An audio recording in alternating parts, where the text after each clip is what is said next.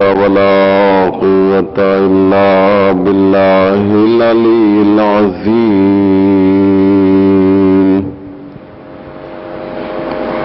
حسبنا الله ونعم الوكيل.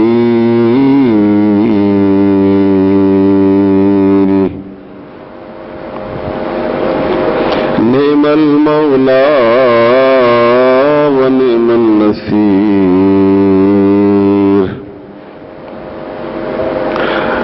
أعوذ بالله من الشيطان اللعين الرجيم.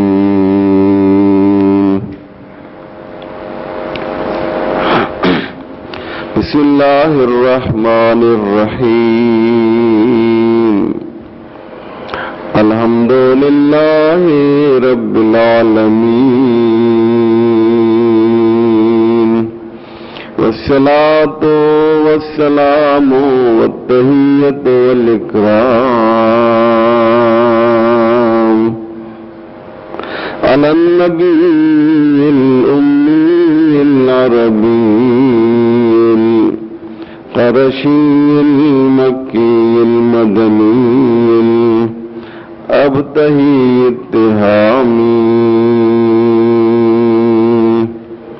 مولانا أبي القاسم محمد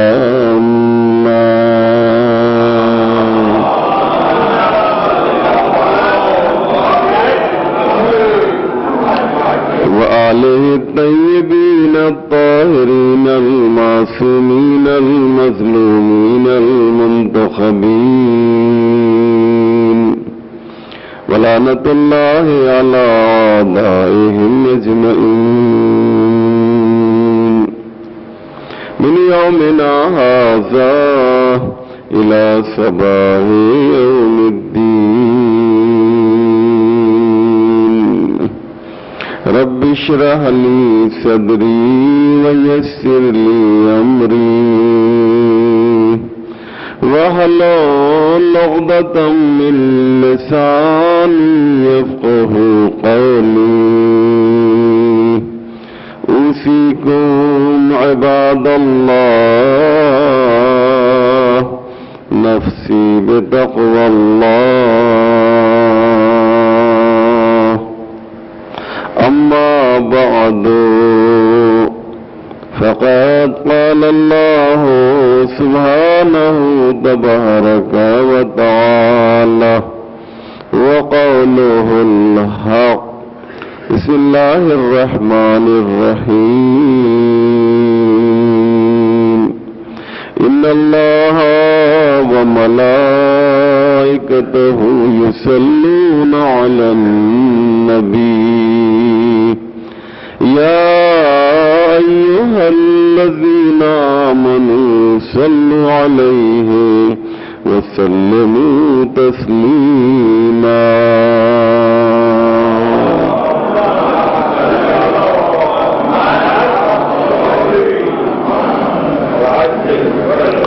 مومنین کرام، جیسا کہ آپ جانتے ہیں، خطبہ جمعہ کا موضوع ہے صلوات.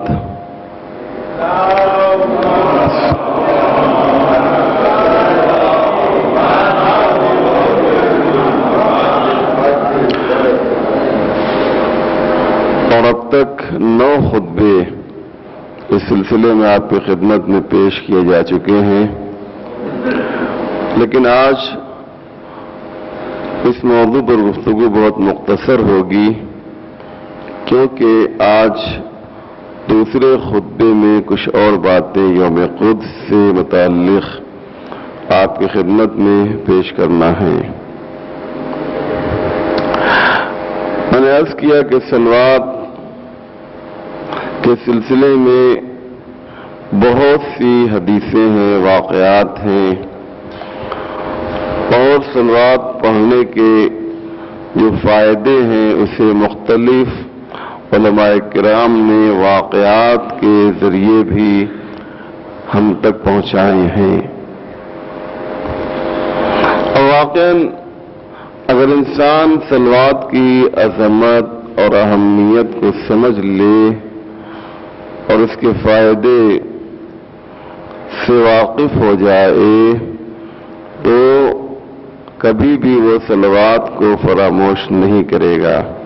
ایک بات میں آپ کی خدمت میں عرض کر دوں کہ کبھی کبھی ایسا ہوتا ہے کہ ہم بیکار بیٹھے ہوئے ہوتے ہیں، اس موقع پر، اس لمحے، وہ جو وقت ہے، آپ چاہیں تو اسے استعمال کر سکتے ہیں، اس کا صحیح یوز کر سکتے ہیں۔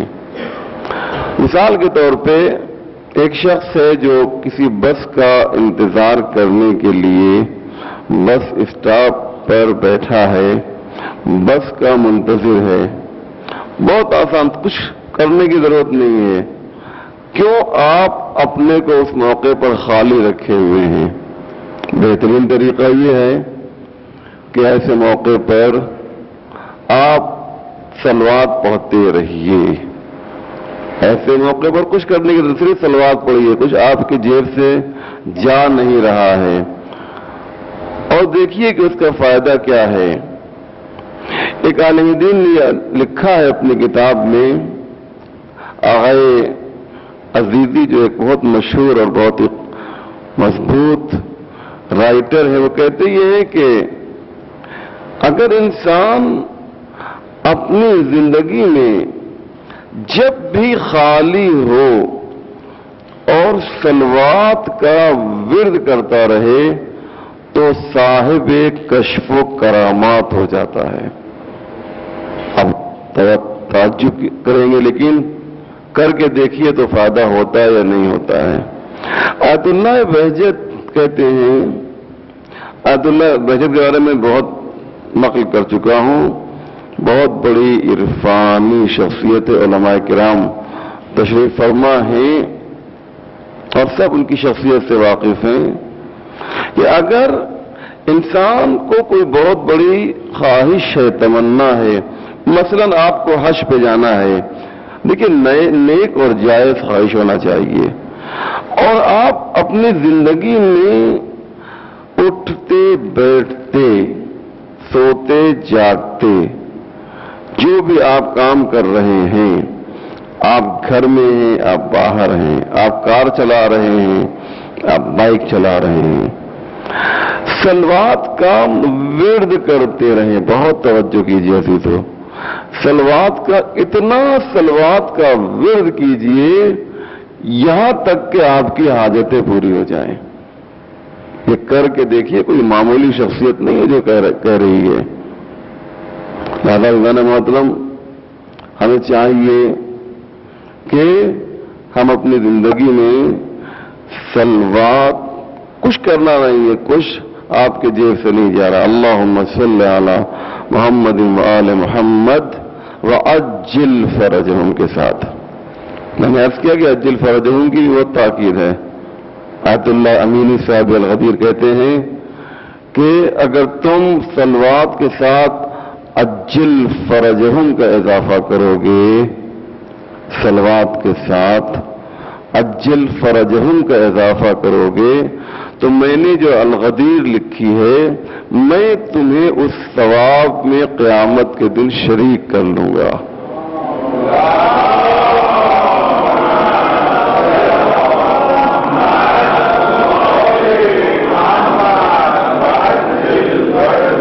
آپ اور کر رہے ہیں عزیزان محترم۔ اور چھٹے امام حضرت امام جعفر صادق علیہ الصلوۃ والسلام فرماتے ہیں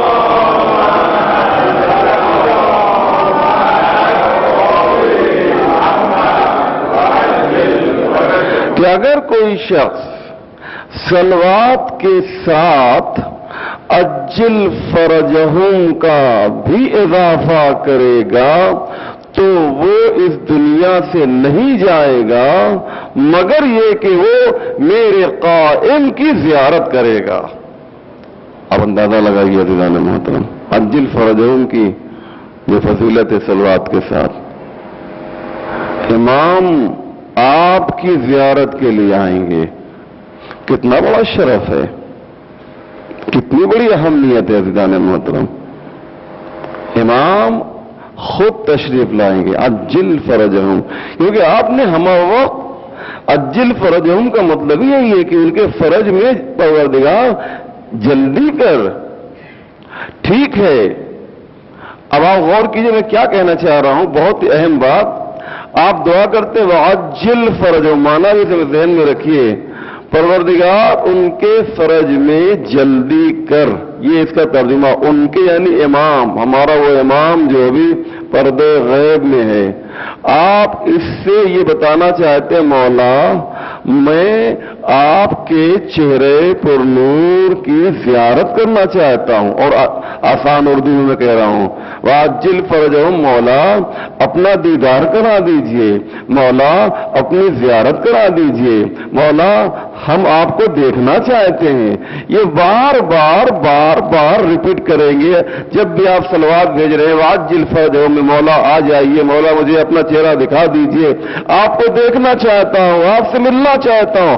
اتنا کہا آپ نے، اتنا کہا کہ مرنے سے پہلے امام خود آ گئے، لے میں تیری نگاہوں کے سامنے آ گیا ہوں.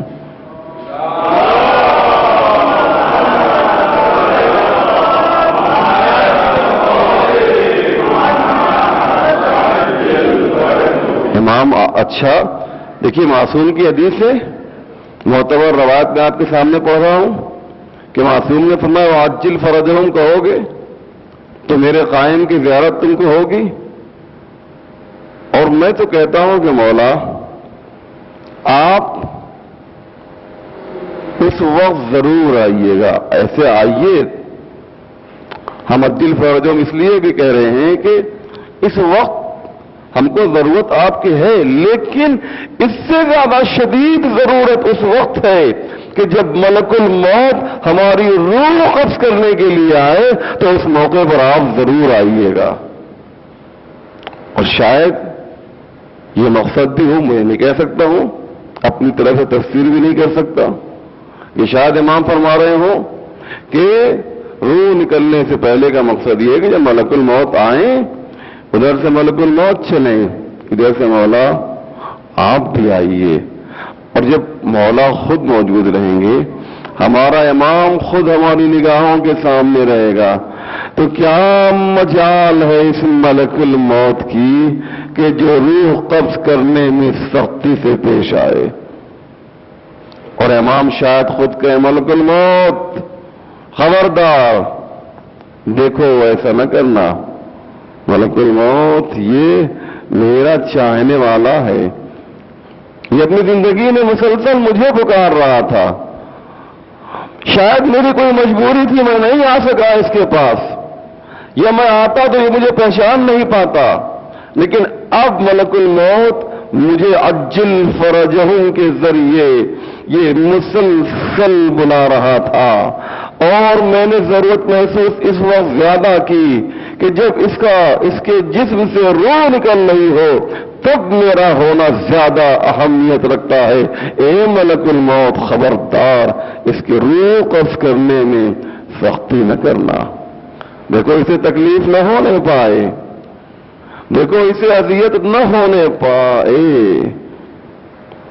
لہذا عزیزان محترم، صلوات کے ساتھ عجل فرجہم کا بھی اضافہ کیجیے، عادت ڈال لیجیے. فقط میں کہتا ہوں کہ اس جگہ پہ نہیں، فقط اس امام باڑے میں نہیں، آپ مومن پورا میں صلوات بھیج رہے ہیں، وہاں بھی عجل فرجہم کہیے.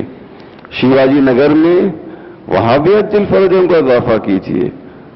ایمان نگر میں بیت القائم، بیت العابدین، کنڈوا، پمپری، جہاں جہاں بھی مومنین ہیں وہ جب بھی صلوات بھیجیں تو عجل فرجہم کا اضافہ ضرور کریں.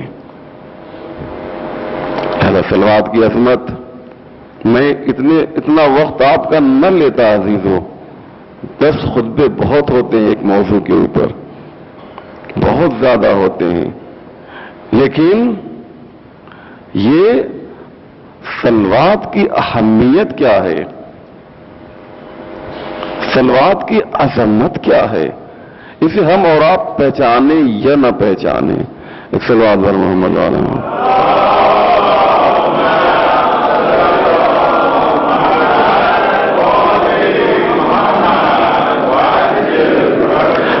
اور آپ پہچانے یا نہ پہچانے، اہل سنت والجماعت کے ایک بہت ہی جید مشہور امام ہیں امام شافعی، کیا کہتے ہیں؟ من لم یصلی علیکم لا صلاۃ لہ، اے اہل بیت نبی جو آپ پر صلوات نہ بھیجے اس کی نماز ہی نہیں ہے۔ یہ نہیں کہا کہ اس کی نماز باطل ہو جائے گی، کہتے ہیں کہ لا صلاۃ لہ، لا اے نفی جنس ہے، جو علماء کرام میں بیٹھے ہیں، یعنی مکمل نماز ہی نہیں ہے۔ نماز غلط صحیح تو بات کی چیز ہے، بالکل نماز ہی نہیں ہے اس کی، جن سے نماز کی نفی کر رہے ہیں، اگر نماز کے اندر اہل بیت علیہ السلام پر صلوات نہ بھیجی جائے۔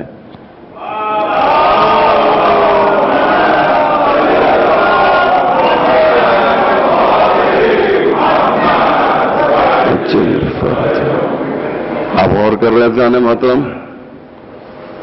مولانا شرف الدین ایک بہت ہی مشہور شخصیت گزری ہے، ان کے پاس ایک شخص نے آ کر یہی سوال کیا تھا، صاحب المراجعات ایک جوان نے آ کر ان سے یہی سوال کیا تھا، وہ اصحاب اور اہل بیت کا موازنہ کر رہے تھے اور کوشش یہ کر رہے تھے کہ دونوں کو ایک صف میں لا کے رکھا جائے۔ بہت توجہ کیجیے گا تو آج کی سب سے قیمتی بات میں آپ کے سامنے پیش کرنے جا رہا ہوں۔ موازنہ کر رہے ہیں، اہل بیت اور اصحاب کے درمیان ایک جوان آتا ہے محب اہل بیت اور کہتا ہے خبردار، یہ جو آپ کر رہے ہیں یہ بہت ہی بڑا دھوکہ ہے، اصحاب پر ہماری جان قربان، اصحاب پیغمبر کی جو عظمت ہے واقعاً انہوں نے دین کو پھیلانے میں بہت بڑا کردار ادا کیا ہے۔ جنگ بدر میں 313 یہ کون تھے؟ یہ پیغمبر کے چاہنے والے اصحاب تھے جو پیغمبر کا دفاع کر رہے تھے۔ ابو سفیانی ہیل و مکر کا مقابلہ کون کر رہا تھا؟ یہ اصحاب پیغمبر تھے۔ اور کوئی شیعہ یاد رکھیے گا کہ اصحاب پیغمبر کے خلاف بولنا تو بہت دور کی بات ہے، سوچ بھی نہیں سکتا ہے، تصور بھی نہیں کر سکتا ہے، اس کی زبان جل جائے کہ جو اصحاب رسول کی توہین کرے۔ لیکن عزیزان محترم، اس نے کہا کہ پھر بھی موازنہ اصحاب کا اہل بیت سے نہیں ہو سکتا۔ توجہ کیجئے، بس مجھے یوم قدس کے بارے میں کچھ باتیں عرض کرنی ہے۔ موازنہ نہیں ہو سکتا، کہا کیسے؟ کہا یہ بتائیے کہ یہ جو امام شافعی نے فرمایا ہے کہ اگر کوئی نماز میں صلوات نہ بھیجے تو اس کی نماز ہی نہیں ہے، یہ صحیح ہے؟ آپ اسے مانتے ہیں؟ آپ اسے قبول کرتے ہیں؟ کہا ہاں، یہ جمہور عامہ کا نظریہ ہے، یعنی تمام مسلمانوں کا یہ نظریہ ہے کہ اگر نماز میں اہل بیت پر صلوات نہ بھیجی جائے تو وہ نماز صحیح نہیں ہے۔ انہوں نے کہا اچھا، تو نماز کب قبول ہوگی؟ جب اس نماز کے اندر اہل بیت داخل ہو جائیں۔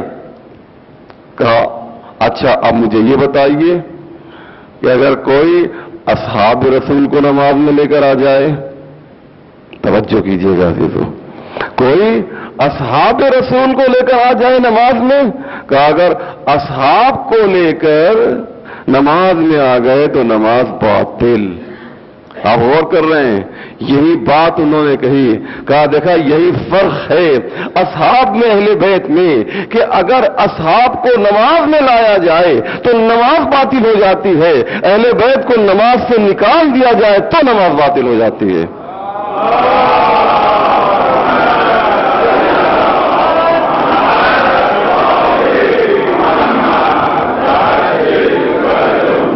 آپ نے غور کیا مطلب وہ نماز میں آ رہے ہیں تو نماز باطل ہو رہی ہے، یہ نماز سے نکل رہے ہیں تو نماز باطل ہو رہی ہے، یہ فرق ہے۔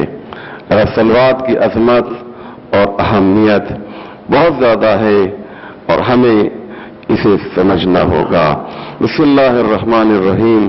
قل هو اللہ احد اللہ الصمد لم یلد ولم یولد ولم یکن له کفوا احد۔